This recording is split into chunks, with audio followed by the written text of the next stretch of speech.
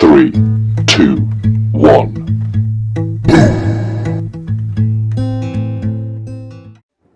রোজ রোজ গপ্পের খোঁজ আসরে সবাইকে স্বাগত জানাচ্ছি। আমি অর্পিতা। বই পোকাদের জগতে সুনীল গঙ্গোপাধ্যায় এক প্রসিদ্ধ নাম। আজ বলবো তারই লেখা একটি গল্প, ইচ্ছাগ্রহ। গল্প শুরুর আগে গল্পের দুই প্রধান চরিত্র রণজয় আর গুটুলির সামান্য পরিচয় দিয়ে নেওয়া যাক। রণজয় 8 ফিট লম্বা, সাধারণ মানুষের প্রায় 1.5 গুণ, আর গায়ের রংটা নীল। তাকে দেখলেই ছোট ছোট ছেলেমেয়েরা দৈত্য ভেবে ভয় পায়, আর বড়রা তো তাকে মারতেই আসে। চেহারাটা বদলে গেলেও সে যে অন্যদের মতোই একজন মানুষ তা কেউ বোঝে না। আর গুটুলি দারুণ বেঁটে, রণজয়ের কোমরের চেয়েও নিচে থাকে। তাকে দেখলে সবাই হাসে আর মাথায় চাটি মারে, অথচ অন্য মানুষদের মতন গুটুলির দুঃখ আছে, ভালোবাসা আছে। চেহারা দিয়ে যে মানুষকে বিচার করা যায় না তা বেশিরভাগ মানুষই আজও বোঝে না। জঙ্গলের পাশে একটা রাস্তা গেছে। রণজয় আর গুটুলি তার পাশেই বসেছিল এক গাছতলায়। রাস্তা দিয়ে হঠাৎ একটা গাড়ি যাচ্ছে। একটা পাথরের আড়াল থেকে সেই গাড়িটার দিকে তাকিয়ে গুটুলি রণজয়কে বলল, ইস, কতদিন আইসক্রিম খাইনি। রণজয় তখন পা ছড়িয়ে বসেছিল একটা গাছতলায়। সে জিজ্ঞাসা করে উঠল, হঠাৎ তোর আইসক্রিমের কথা মনে পড়লো যে? কি জানি, হঠাৎ আইসক্রিমের কথা ভেবে মনটা হু করে উঠল। এই জঙ্গলে তুই আইসক্রিম পাবি কোথায়? আমরা কাছাকাছি যে গ্রামগুলোতে রাত্রির বেলা চুপি চুপি যাই, সেখানে কেউ আইসক্রিম বানায় না? আইসক্রিম পাওয়া যায় শহরে। দূর দূর, আমি আর কিছুতেই কোনো শহরে যাব না। কি গাড়ি যাচ্ছে রে? একটা বাস, তাতে কত মানুষ বসে আছে। বাসটা থামিয়ে ওদের একটু ভয় দেখাবে। যদিও বাসটা থামানো রণজয়ের পক্ষে খুবই সহজ কাজ। তার শরীরটা এত ভারী, তাকে ধাক্কা মেরে তো কেউ সরাতে পারবেই না। উপরন্তু ড্রাইভাররা হঠাৎ তাকে দেখে আটকে উঠবেই। তবু রণজয় বড় নিরুৎসাহভাবে বলল, ওদের ভয় দেখিয়ে কি হবে? তবু খানিকটা সময় কাটবে, খানিকটা হাসা যাবে, কিছুই যে করার নেই। ধুর, ও খেলাটা আর ভালো লাগে না। তুই আইসক্রিম খেতে চেয়েছিলি, তার একটা ব্যবস্থা করা যাক। এক কাজ করলে হয়, খানিক দুধ আর বরফ খেয়ে নিলেই তো হলো। পেটের মধ্যে গিয়ে আইসক্রিম হয়ে যাবে। না, আমি ওরকম চাই না, আসল আইসক্রিম খাবো। তাহলে তো আইসক্রিম বানাতে হয়। দাঁড়া, অন্ধকার হোক। 3, 2, 1.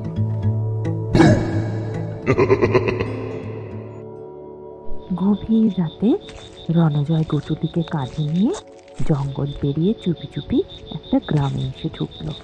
সবাই তখন ঘুমোচ্ছে, শুধু 2-4টে কুকুর ঘেউ ঘেউ করছিল। রণজয় একবার ঘুরে দাঁড়াতেই কুকুরগুলো ভয়ে ল্যাজ তুলে দৌড়ে পালালো।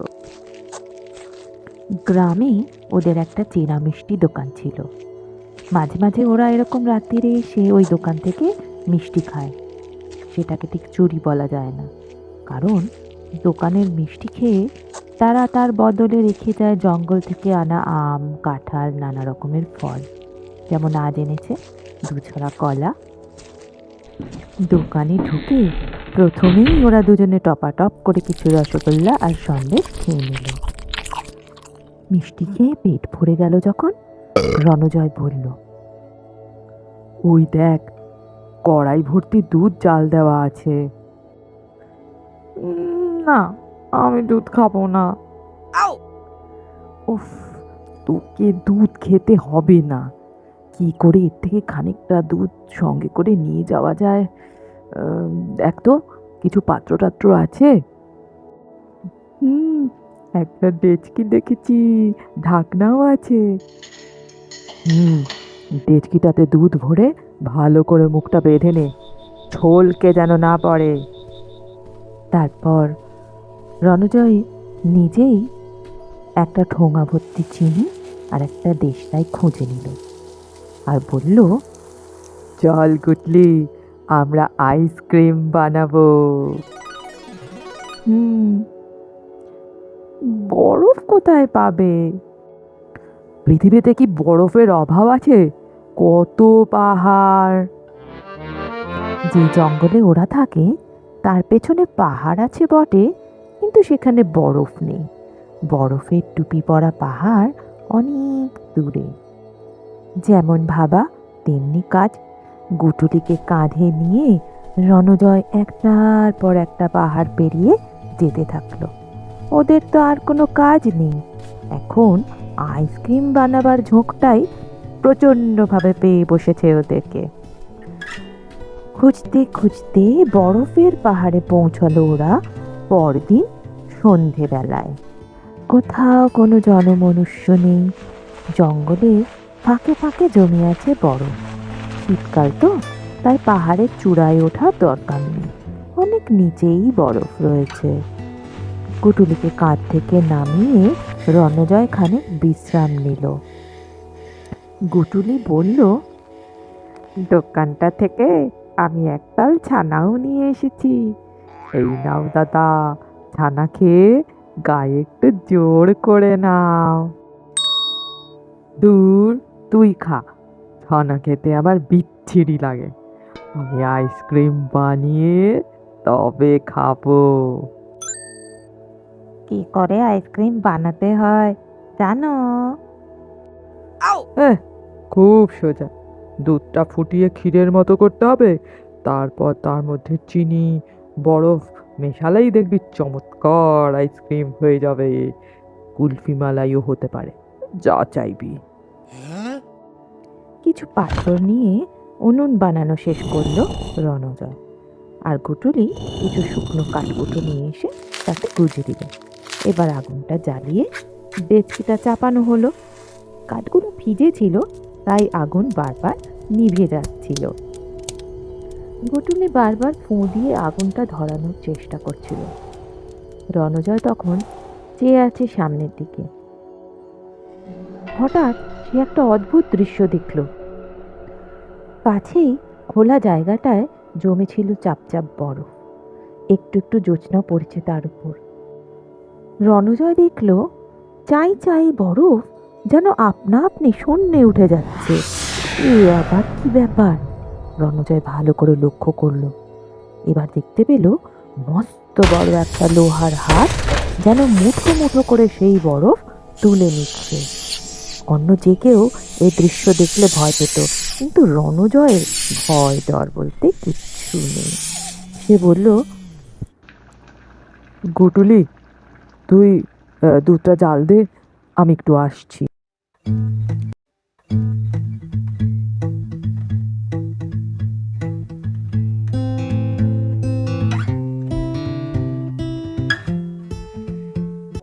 রণজয় আরো খানিকটা এগিয়ে গেল, কিন্তু রোবটটাকে দেখতে পেল না। আবছা আলোয় তার চোখে পড়ল খানিকটা সমতল জায়গার উপর রয়েছে একটা গোল মতো রকেট।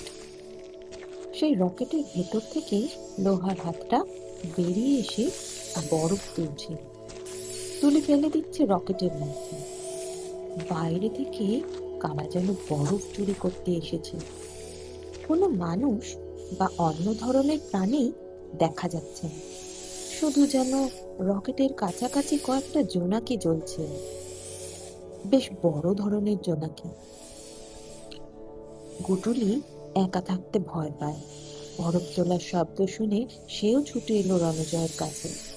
ব্যাপারটা দেখে সে ফিসফিসিয়ে জিজ্ঞাসা করলো, দাদা, এটা কি হচ্ছে?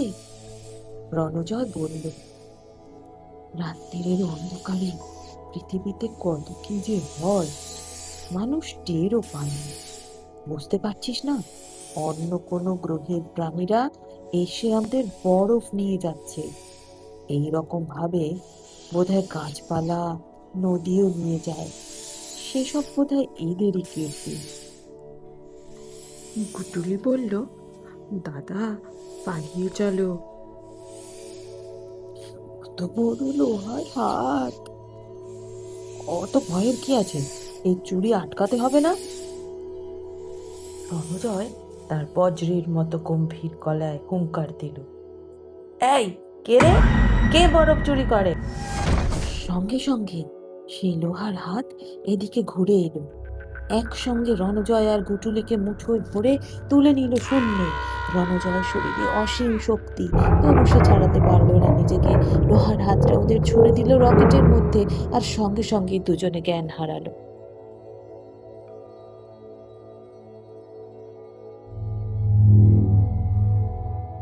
জ্ঞান ফেরার পর রণজয় ধড়মড় করে উঠে বসল। সে শুয়েছিল খোলা আকাশের নিচে। গুটুলি ঘুমিয়ে আছে তার পাশে। ঠিক রোদ্দুরও নয়, ছায়াও নয়, একটা আবছা মতো আলো রয়েছে চারিদিকে। আকাশের রং কালো। মেঘলা আকাশ যেরকম কালো হয় সেরকম নয়, সম্পূর্ণ আকাশটাই স্লেট রঙের। রণজয় বুঝতে দেরি হলো না যে তারা একটা অন্য গ্রহে এসে পড়েছে। তাতেও রণজয় ভয় পেল না। এরকম অভিজ্ঞতা তার আগেও অনেকবার হয়েছে।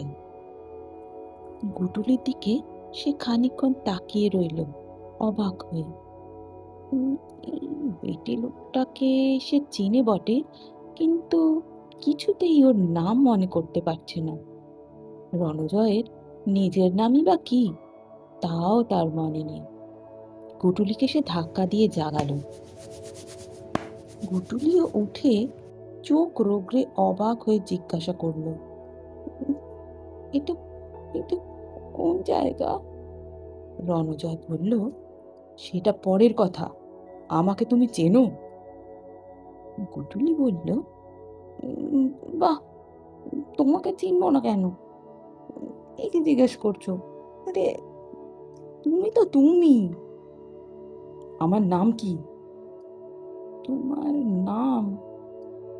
তাই তো, তাই তো মনে পড়ছে না। আমরা কোথা থেকে এসেছি মনে আছে? আমরা কোথা থেকে এসেছি? এই যা, জানি না তো, তুমি বলে দাও। আমরা কোথা থেকে এসেছি তাও মনে নেই? এই জায়গাটা অচেনা লাগছে। তাহলে নিশ্চয়ই আমরা অন্য কোথাও ছিলাম। সেই জায়গাটা কেমন? কিছু মনে পড়ছে না যে। রণজয় এবার একটু দমে গেল।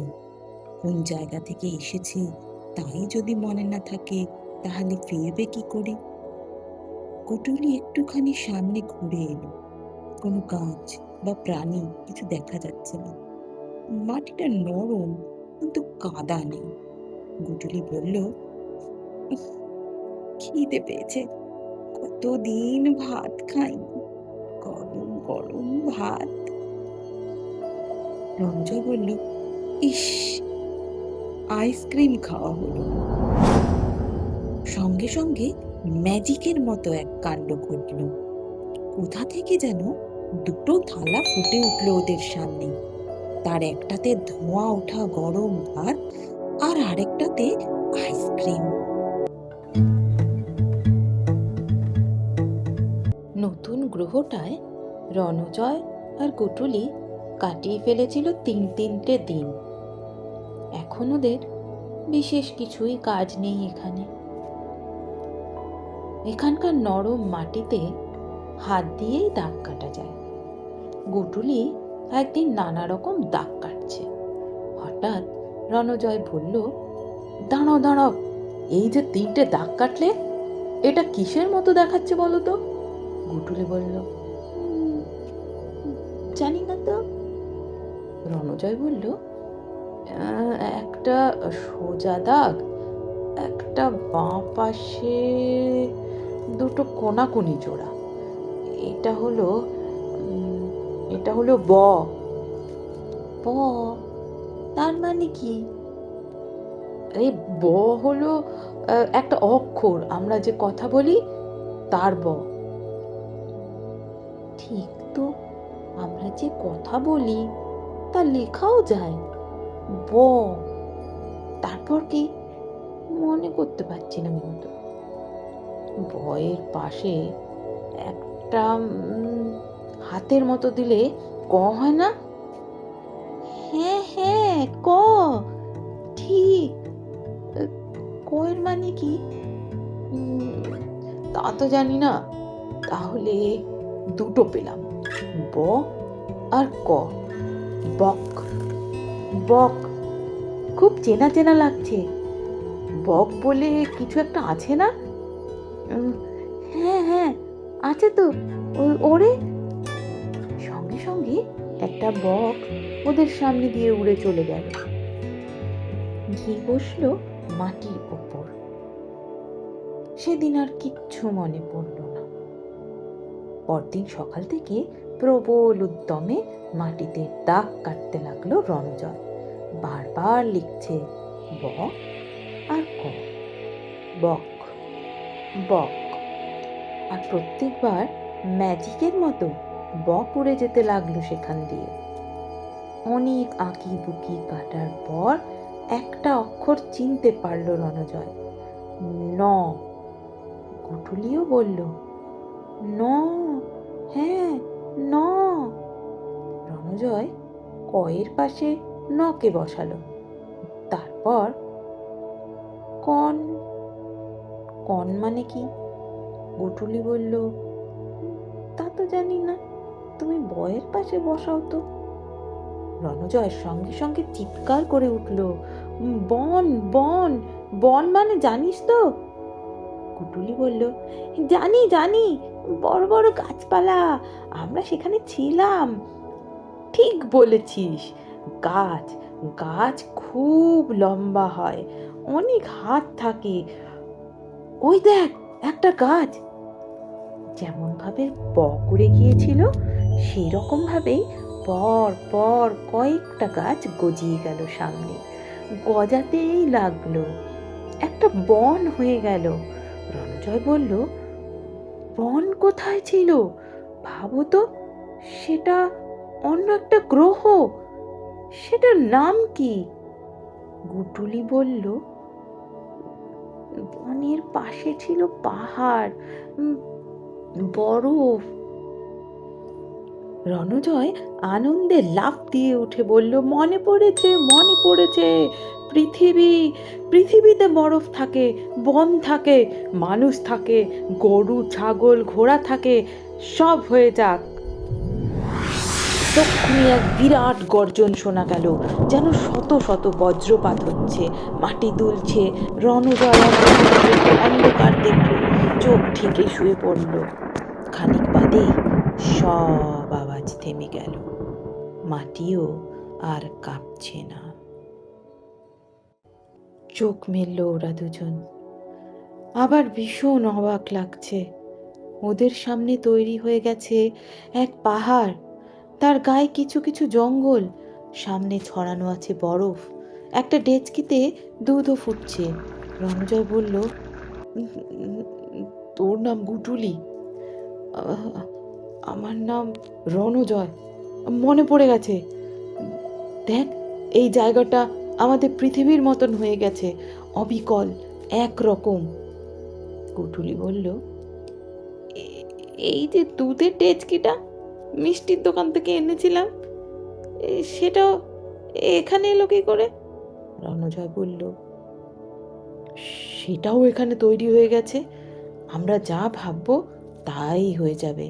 ভালোই হলো, অন্য একটা গ্রহ আমাদের পৃথিবীর মতন হয়ে গেল।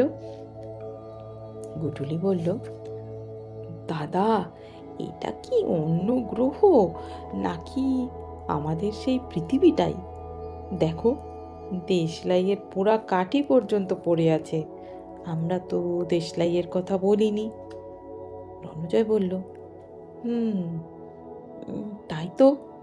তাহলে কি ওরা আমাদের ফিরিয়ে দিয়ে গেল? গুটুলি বলল, ফিরিয়ে দিল?